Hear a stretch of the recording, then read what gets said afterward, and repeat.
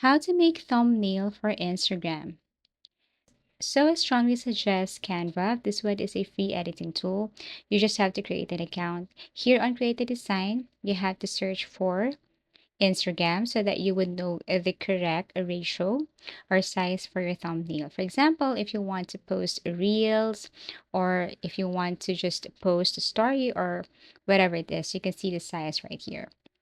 So let's just say you just want to post like a video or a picture. So you have to select this Instagram post right here. You're going to click this one. And this is where you're going to edit everything, especially your thumbnail. So on the left side, you can see here different options such as designs, elements, and so on. Just pick that design that you want.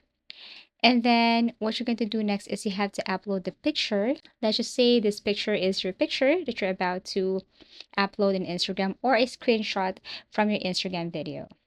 Here in Canva, you can edit text, you can change font, you can add effects if you want. You can also add some elements, so everything is up to you.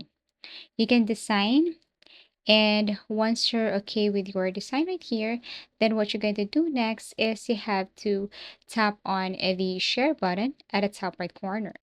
Download and make sure it is PNG. So tap download here. Now, once you have your picture, it's about time to open your Instagram on your mobile phone. So you can only set a thumbnail using your mobile. So you can also create thumbnails using Canva on your mobile phone. So here, once you open your Instagram, you have to select your post right here. And then you can now add music, add caption. Now here is the edit cover. So what you're going to do here is you have to tap on edit cover. And then this time you have to select the picture that you have created using Canva. Click this one. And this is your thumbnail here on your Instagram. So if your viewers scroll and see your video or post, they should see first this picture right here. Thank you for watching and see you again in our next video tutorials.